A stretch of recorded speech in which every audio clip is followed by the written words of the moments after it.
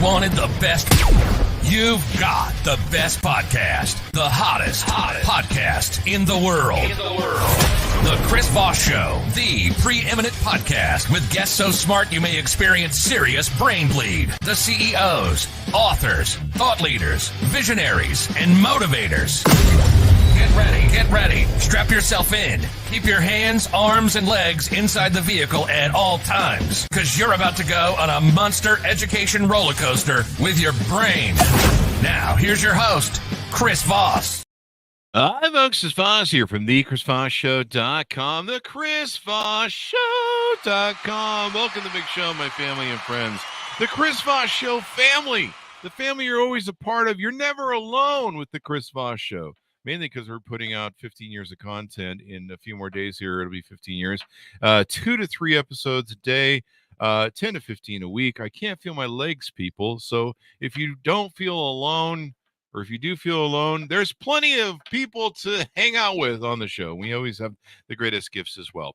As always, help the show out, please. We don't charge for the show. So, you can listen to it for free wherever fine podcasts are held, or some fine, some are not. I don't know. I've seen those.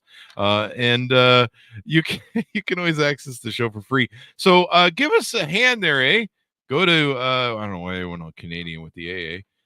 But give us a hand. Go to iTunes. Give us a 5-star review over there. Refer the show to your family, friends, and relatives. Put your arm around them and said, I care about you, and I want you to be smarter because I've seen you lately. Go to youtube.com/Chris Voss, linkedin.com/Chris Voss. Subscribe to the LinkedIn newsletter. TikTok at Chris Voss 1 is the newest thing that we're doing, and all that good stuff.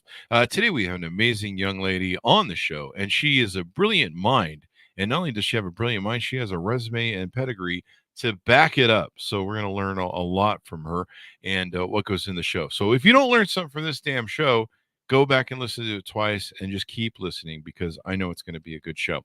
Whitney Prude joins us on the show with us today. She is, I believe, the owner and founder of Whole and Happy Living, and her company on what she does and how she does it. She is a practicing board certified clinical pharmacist, as well as a Mayo Clinic certified wellness coach and nationally certified health and fitness coach. She is also certified in medication therapy management. Maybe she can refill my prescription for methadone and lithium. Or no, wait. Yeah. Is that what bipolar? I don't know. I'm just making up stuff at this point. So there you go. But she's probably not going to do that. So that's just a joke, people. Get over it. So anyway, she has been working in part-time as an inpatient clinical pharmacist at Mayo Clinic in Rochester, Minnesota, where she's been for 7 years. She's also a public speaker, an entrepreneur, and CEO of the aforementioned Whole and Happy Living, where she helps individuals truly transform their health from the inside out, while also losing weight in a way that can be maintained long term. Welcome to the show, Whitney. How are you? I'm doing well. Thank you so much for having me. There you go. You got a lot of certifications there in your dealio there, man. You might be too smart for the show. Oh gosh, there's no way. You fit right in. We've got a lot of brilliant people on the show, and none of them are me. So, Whitney, give us your .com so we can find you on the interwebs. My Whole and Happy Life. Your wholeandhappylife.com? Yep. There you go. And there you can find all the wonderful things that she does. So give us a 30,000 overview in your words, Whitney, about who you are and what you do. Yeah, for sure. So, I mean, my bio speaks well to who I am, what I do as a pharmacist. My dream was always to become a pharmacist. Since I was in high school, that was, I was very dedicated in becoming a pharmacist, and had some health issues, some life changes that really kind of made me switch directions. So I never intended on owning a business. I never intended to be a health coach. And things kind of took a shift, and I feel like I ended up right where I'm supposed to be. So it's been a pretty cool journey for me. There you go. Now, Mayo Clinic, they're the guys who make the mayonnaise, right? Something like that. Is that how it works? They originated the mayonnaise? Mhm. Yeah, we were joking before the show. Anytime I see Mayo Clinic, I'm like, I should buy some mayo. That sounds good. But one of my favorite things is the Mexican corn elote, where you take the corn and cover it in mayo sauce. Oh boy, and then Parmesan cheese. Anyway, I digress. So, give us a bit of a hero's journey on your story. What made you get into medicine? What made you get into health and all these things? Yeah, hero's journey. If we get, I mean, usually when I start out telling my story, I go back actually till when I was a teenager, Hmm. and it's kind of where it all started for me. It was when I was 16. I always ask people if they've had their life turn out exactly how they thought that it would, and usually we don't, right? Because challenges come up, the things come up, and things happen in life that we don't ever expect. And so Hmm. when I was a teenager, my parents went through a divorce, and for me it was devastating, right? It was my whole life, everything I knew, and I was a teenager, like the a really challenging time of life. And essentially, I didn't know how to deal with it.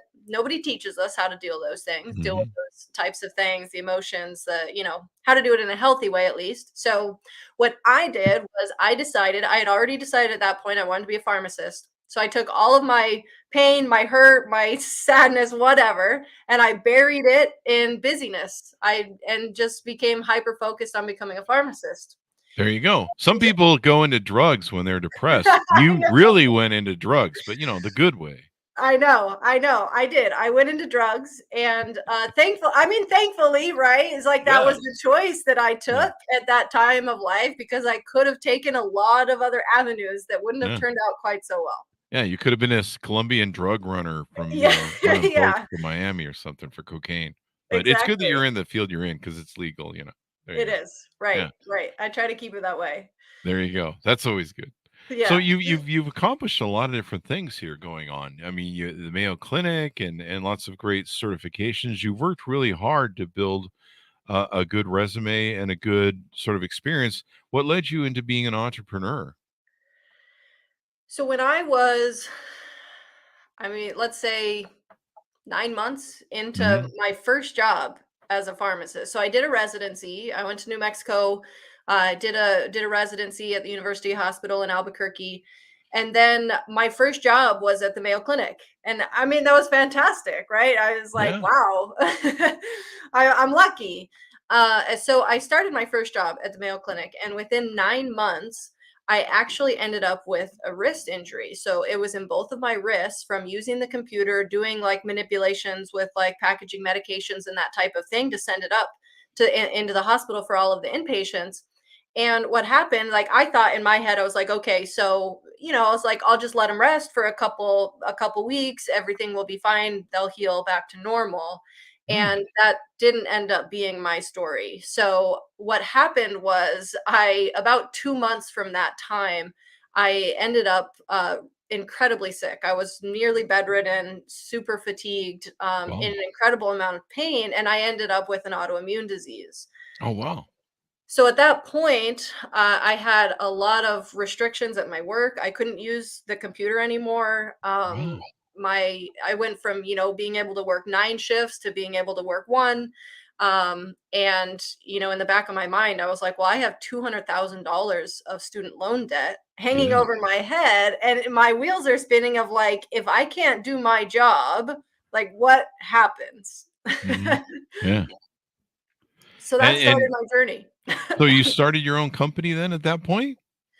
Yeah. So I had always, for whatever reason,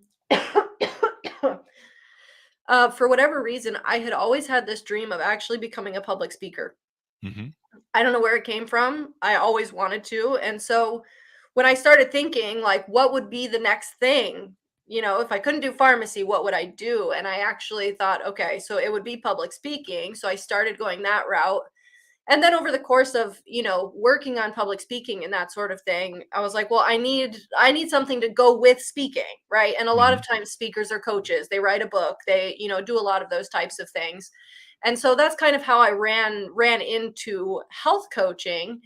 And it was kind of cool because at that point, I mean, I was spending hours, days, weeks in bed, months even in bed, and Mhm. I was just miserable, you know. And so I decided at that point, you know, it's like my pain really does me no good unless I can transform it into something that is. And so I really started thinking, you know, like what can I put together that can help other people avoid, you know, the pitfalls that I ran into with my health.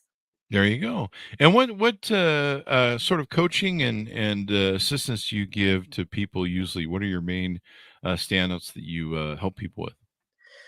My main focus, the thing that sets me apart, because there's like, okay, if you go into the weight loss industry, diet industry, whatever you want to call it, there's thousands, millions, whatever, of people or products or whatever that can help you in terms of weight loss or improving your health.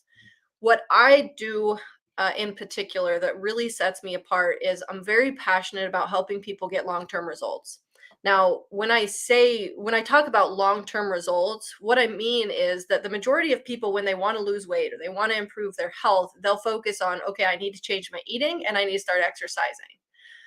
But the stance that I take is every single decision that you make and all of your actions are driven internally from your mental state, your emotions. And so all of this, like your physical weight, the weight that you have on, your current status of your health usually stems from whatever else is going on inside of you.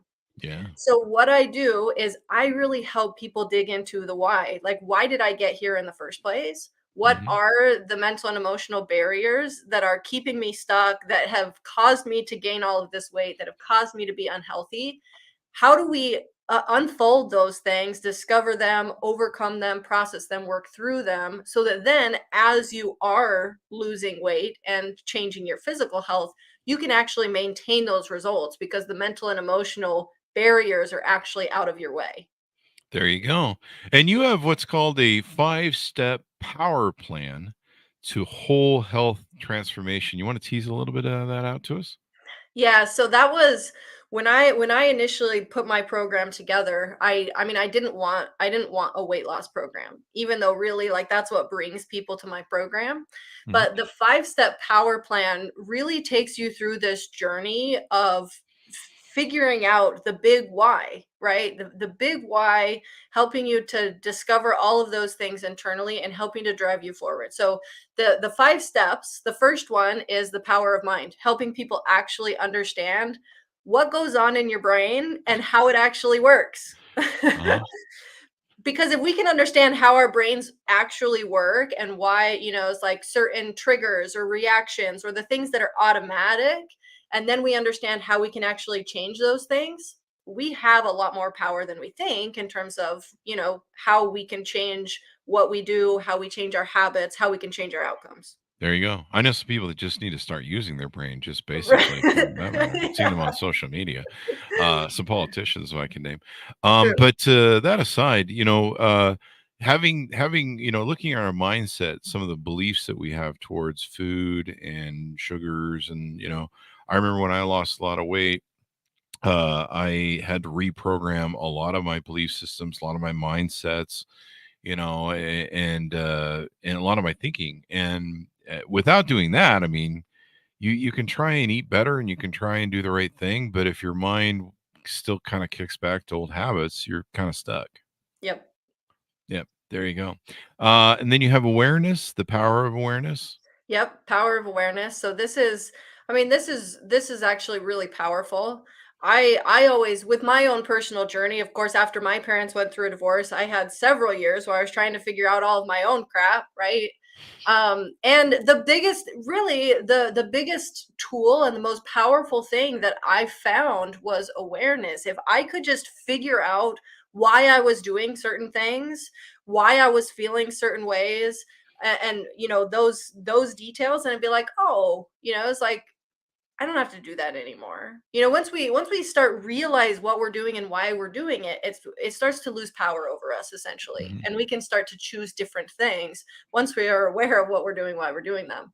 So that's the power of awareness, really digging in and figuring, helping ourselves be really aware of what we're doing on a day-to-day basis, why we're doing it, and etc. Right?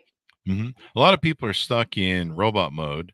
I mean, we've all been there. We get a little caught up on everything, and suddenly we wake up.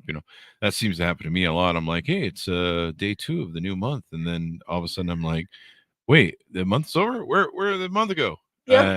You know, and you're becoming aware of how you think, aware of what you're doing, aware of what you're putting in your mouth. Sometimes we just go. I did that today. I was trying to do my intermittent fasting, and I found a cookie that I bought, and I was like, "Oh, found cookie," and I'm like, this should really wait till later, and then I'm like, put it in your mouth, Yep. and there we go down the wormhole. And Yep. so, being aware of like, hey, okay, that seems like a great idea, buddy, but maybe you should save that till later. Yeah, absolutely. Definitely I awareness. mean, it's a common problem. And a lot of people, even like if they're binge eaters or emotional eaters, Mm, whatever, right? It's like a lot of times we'll eat all of this food in an attempt to like comfort ourselves. And it's like, what the crap did I just do? yeah. Sometimes it's like so absent minded, we don't even realize what we're doing. That's one of my problems that I used to have. I think I still have a little bit because I just did it, as I mentioned.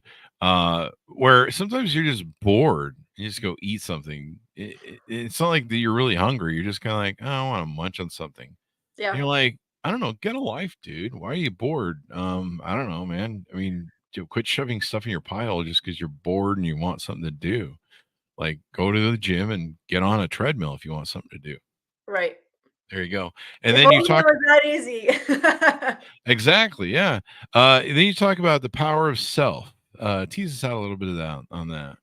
Yeah, the power of self actually dives into a lot of different aspects of ourselves. The biggest thing that I see with the majority of my clients is self-abandonment. And Mm, this can be a bunch of different things, but just to give you a general idea, the majority of the population uh in a sense abandons themselves. Now when I mhm, say this, it's like if we think about how busy we are on a daily basis, we keep mhm, ourselves incredibly busy. We're meeting expectations. We're trying to be successful in our careers. We're taking care of our family. We're doing all of these things.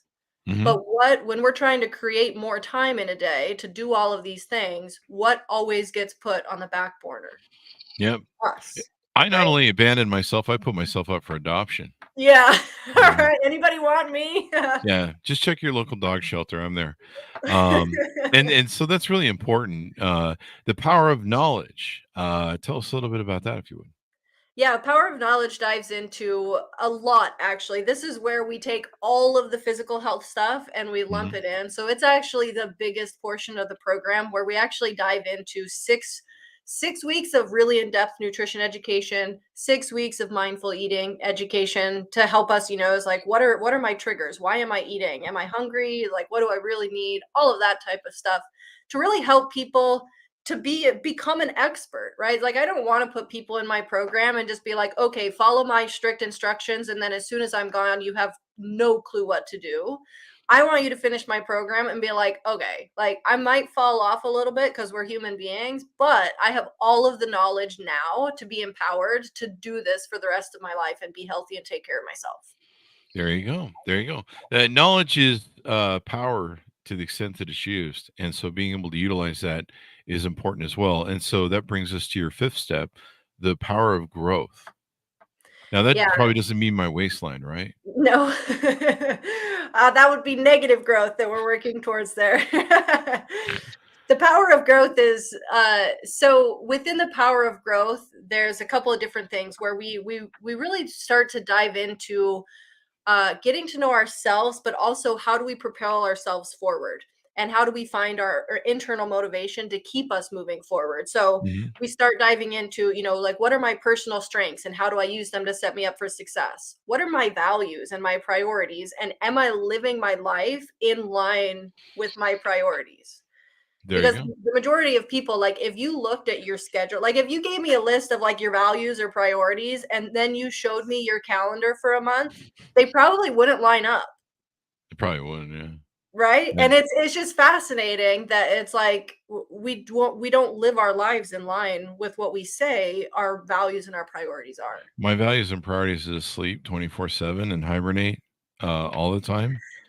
And I'm And sure that doesn't some of line my up with schedule what your doesn't. Yeah, calendar my looks schedule. like. Clearly, I'm not sleeping right now, people. So there you go. Yeah. But Yeah. that's important so that people can have these things. And so you call this your 5-step power plan to whole health transformation, to follow up on that. And Yep. it's a 16-week program you help people go through. Yep. There you go. And then, of course, you do speaking and coaching and all that stuff. When people are losing weight or they're dealing with being overweight, what are some of your thoughts? I don't know if you want to dig into this, but what are some of the thoughts on some of these new drugs that are coming to market that claim to be able to speed up your thing, like Ozempic, and I think there's a few other ones. Yeah. And it's a good question, especially because I am a pharmacist, Yeah, also a health coach, I right? figured that. See, saw So that there's coming. so I definitely see both sides of those. Hmm. Honestly, because I focus so much on long-term results, Hmm. I do not recommend doing a medication. Now, if someone is getting on one of those medications because they have diabetes, so they're going to be staying on that medication, that's fine. But if Yeah. someone's going on the medication just for weight loss, they can't stay on that drug long term, and Hmm. it's not causing them to create a new lifestyle, to learn new habits, to actually learn nutrition and how to eat. So the reality is even if the drug helps you get off some weight, as soon as it's gone, you're going to be right back where you started from. Yeah, Really not a long-term because solution. you'll still be shoving McDonald's hamburgers in your Exactly. face and chocolate chip cookies like I did today. And I know how that is. You if you don't change like you've outlined in your step power plan, where you change your mindset, your knowledge, your power over yourself, your awareness, you just go right back to your habits. And I think it's probably going to be the same as like a lot of people that, I've had friends that have gone in and got that stomach thing done where they shrink the stomach Yep. or staples, whatever the hell it is. And yeah, they lose a little bit of weight initially, but then they actually end up heavier because they just go back. They're like, I have a smaller stomach, so I'll just keep going to McDonald's and eating, awful crap. And of course, as they age, their metabolism and stuff goes in the toilet. So, yeah, there's all that goes on, and I think a lot of people might end up that way. I know it's helped one of my friends who's, I believe, he's a diabetes 1 or 2. He's got the damage to his pancreas or whatever it is. Okay. Type 1 Type diabetes then. type 1 diabetes. There you go. And so he's loved Ozempic, but it's like I think he's paying like $1,200 a month with insurance and stuff, which is a bit much. That's a It lot of is. money, It you know, is. when maybe, it's free people not to just shove stuff in your pie hole. Like, doesn't cost anything, but you have to get your brain right. You have to get your mindset right. One thing when I lost 100 pounds is as the rules I had and the belief systems I had and the games that I would play with my head, well, it's only one Mountain Dew, and then, an hour later, it's another Mountain Dew. And, you're like, well, I'll go out to eat today and I'll go to McDonald's or whatever. And then you're like over at McDonald's tomorrow, and all these, kind of mental gymnastics people play with their head. Do you find a lot of people struggle with that, or was it just me? No, it's it's human nature. It's so common.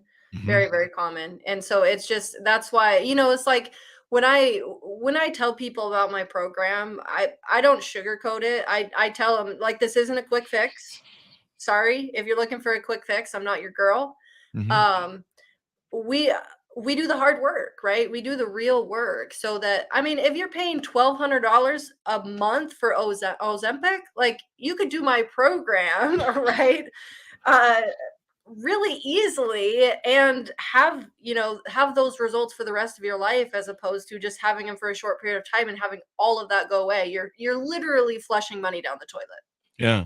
And then you don't have side effects. I think they still don't know the full side effects of some of these newer drugs. Yep. And then it's kind of like teaching, what's that old adage? If you teach a man to fish, if you give a man a fish, he'll eat it. And then if You you teach feed him him to for a day. Yeah, you Yeah. feed him for a day if you teach him to fish. And that's what I had to learn, and other people that I've seen, you have to really change your whole behaviors, Yep. Nowadays, when I go into the store, I go to the grocery center and I go where what we call the live foods, and I stay out of the dead center.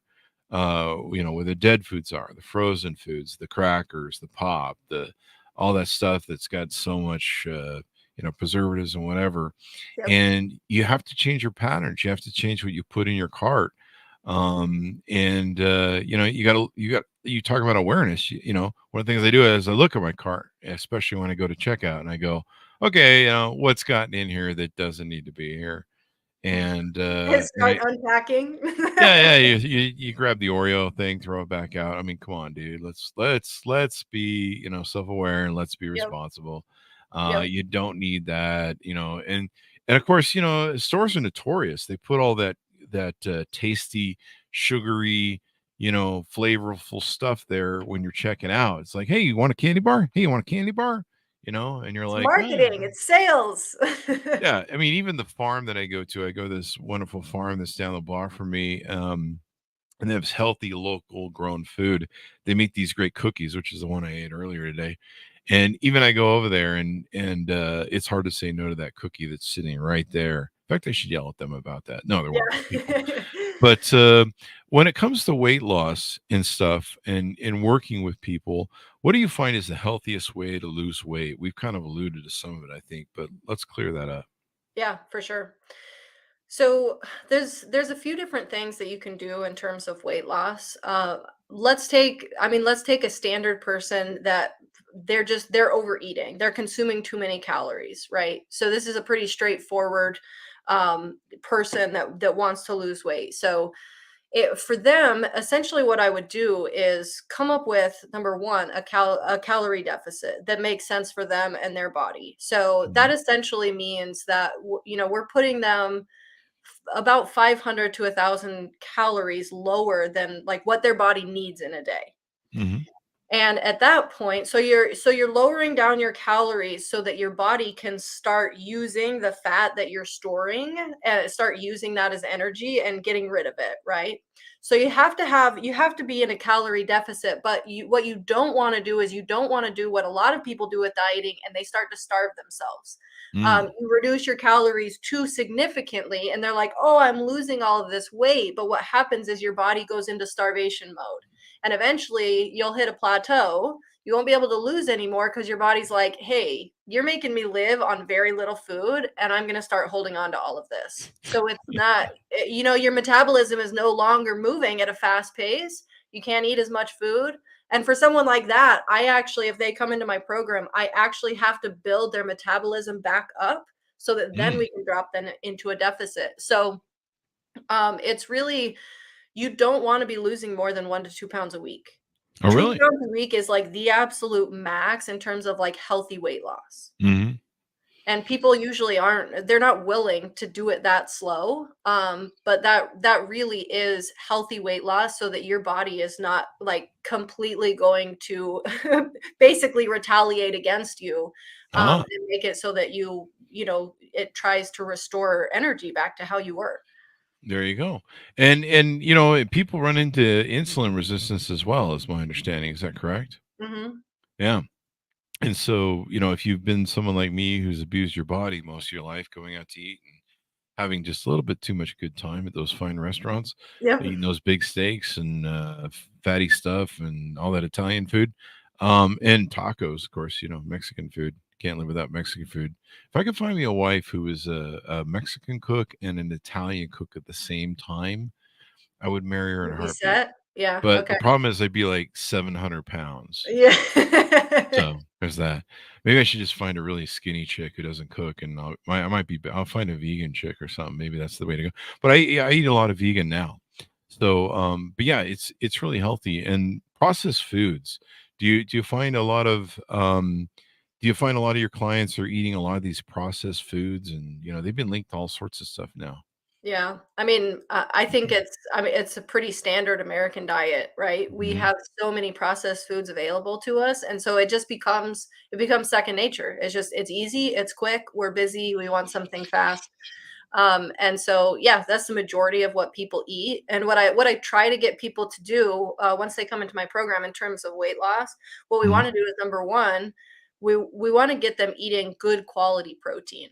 protein is a huge part of like being able to be in a calorie deficit but not be hungry. We don't want you to be hungry during the process of weight loss, because if you're hungry, it's going to be counterproductive. Your body's going to start fighting against you, That's true.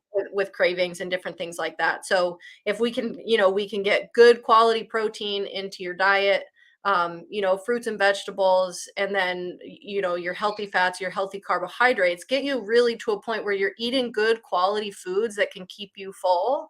Hmm. That's where people are going to experience the most benefit in a weight loss journey, which There you essentially go. is just eating healthy. There you go. Yeah, eating healthy makes all the difference. What a concept. Who knew? Wow. Looking at those calories that are labels that are on the thing, reading your labels. One of the things I try and do is eat live food. And so I try and stay away from processed stuff as much as I can, and eating live foods, broccoli, cabbage, beets. We try and blend all that up once a day or every other day and eat it. Your body, it's so much different when your body gets what it wants. It really, you get this feeling of where your body goes, hey, we really like you these days. We should keep you around. It makes all the difference in how you feel.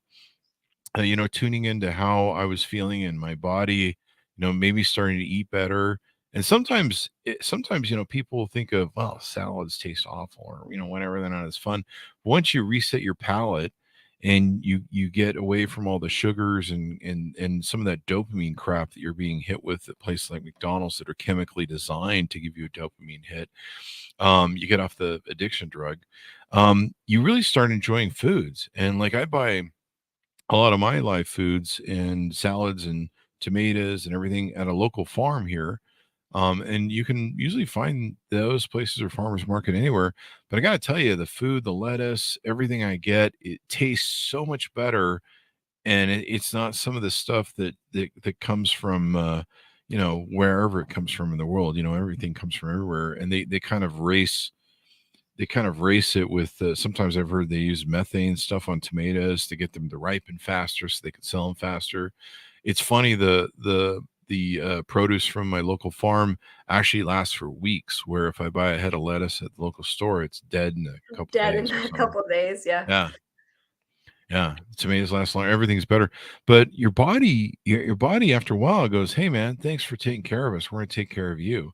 Yep. And you really start listening and becoming, like you talk about, aware, and it can make all the difference in the world. One thing you do is you talk about misconceptions about weight loss in women and menopause. I know women sometimes have issues with weight loss, and they have more hormones than men. So talk to us a little bit about that. Yeah, menopause. I mean, menopause is a struggle. That's just bottom line. I feel for women that are going through it. It is a struggle. A lot of women will come and they'll say, "My hormones are super out of whack. Like I need to go to my doctor and I need to, need to get them figured out." The reality is that when women are premenopausal, like a woman's life, their whole life, they have like hormone cycles that are very, very consistent. And once they become premenopausal, their hormones are literally all over the place. So when they say my hormones are out of whack, I say, yeah, Hmm. they are. That's just how it is, right? Once you Hmm. hit menopause, those hormones flatline. And what women struggle with is then, you have the decrease in hormones, decrease in estrogen. Your metabolism starts to slow a little. That's also due to age, though. Hmm. But it does become more challenging to lose weight. Now, it's not impossible. It is more challenging, though. So, if I were to bring someone into my program, someone who's premenopause, we they could get 2 pounds a week off if they wanted to, if they wanted to be that dedicated. For someone that's in menopause, they come into my program, I could guarantee them probably a half a pound a week. That's more reasonable. But what we have to do with a woman in menopause is actually that we have to get their calorie deficit very specifically aligned with like their body and their metabolism. And that's Oh, wow. something that's really hard, challenging to find on your own without, Hmm. expert guidance. There you go. And I imagine with you, with your pharmacist background and your medical understanding, you probably have a better dial in than most, wellness coaches or weight loss coaches, because you kind of understand the chemical nature of all this and how to do stuff. Are you able to are you able to recommend pharmacy? I don't know how the laws work for local and states and stuff. Are you able to, with your clients, recommend medications to them and prescribe them? So I don't prescribe medications. One thing that I can do Mhm. is if someone, I'll usually, if someone has a really long list of medications, I'll usually Mhm. take a look at it. I'll usually look at, are there any interactions that like we're not aware of? So, like you might go to a bunch of different doctors, and your doctors are never looking at your full med list and being like, should we change things here? They're just like, okay, you say you have a problem, let's start another medication. So what I do is I'll just kind of look through that and talk to them about their symptoms. I'll go through their medications and see if they're on medications that might be contributing to weight gain and making it so that it's difficult to lose weight. Mhm. So I will look through people's medications just to make sure that there's nothing that's interfering with what we're Oh, trying to accomplish in terms of weight loss and getting them to a healthier place in their life. there you go. So one of the benefits of working with you is you can kind of do an audit. Kind So of. Yep. kind of do an audit and be like, hey man, like you're like, hey Chris, you probably got off that lithium and methadone and what other drugs can I do jokes on? I don't know. I think that's about it. Yeah. Methadone's for heroin, right? And then lithium's for bipolar disorder or Yep. Yeah, you're schizophrenia. basically a pharmacist. Well, I just pulled jokes for the thing, but yeah, I'm glad I don't have to deal with any of that. Methadone clinic jokes are always a good callback joke. So there you go. What have we touched on that you help people with and you serve your clients and stuff with that people are struggling that we can entice them to work with you on? What haven't we discussed? Yeah, is there anything we missed in all the stuff you Um, have? I mean, I honestly, the biggest thing for like people that like when I talk with someone and I describe my program to them, the biggest thing that makes someone like makes it a no-brainer, like I definitely want to work with you, is very much like being stuck in this yo-yo dieting. Like I've tried this, I've tried this, I've tried this, I've tried this, nothing works. I've gained this much weight, I've lost this much weight, I gained it all back, I gained more. Um done all of these things, and it's like, are you it's like, are you ready to stop doing those? Mhm. Yeah.